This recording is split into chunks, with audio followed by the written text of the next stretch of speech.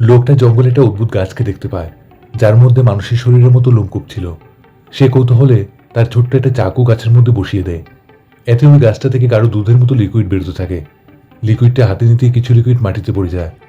যেখানে সেই লিকুইডটা পড়েছিল সেখানকার শুকনো ঘাস হঠাৎ করে তাজা সবুজ ঘাসে রূপান্তরিত হয়।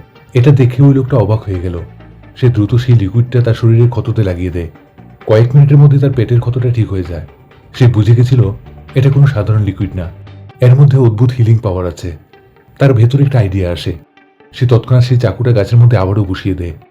এবার অনেক বেশি পরিমাণ লিকুইড বেরোলো। সে দুহাত দিয়ে সেই লিকুইডটাকে নিয়ে খেতে আরম্ভ করে। সেই লিকুইডটা খেতেই অদ্ভুত কিছু হতে থাকলো। হঠাৎ সেই গাছটা থেকে চকচকে আলো বেরোতে থাকে, এতটা চকচকে আলো যে সে ঠিক করে তাকাতেও পারছিল না। হঠাৎ তীব্র ব্যথায় সে মাটিতে লুটিয়ে পড়ে। ঠিক তখনই তার পেট ফুলতে আরম্ভ করে। মনে হচ্ছিল এখনই সেটা ফেটে যাবে। পর মুহূর্তেই তার পেট থেকে ফুলসহ সবুজ ঘাসের ঝাড় বেরোতে থাকে। সে এগুলোকে সরাতে আরম্ভ করে। দেখতে দেখতে তার পুরো শরীর একেবারে সবুজ ঘাস ফুলে ঢেকে যায়। সে পুরোপুরি মাটিতে মিশে যায়। গল্প কিন্তু এখানেই শেষ হয়নি, বরং তার আবারও পুনর্জন্ম হয়।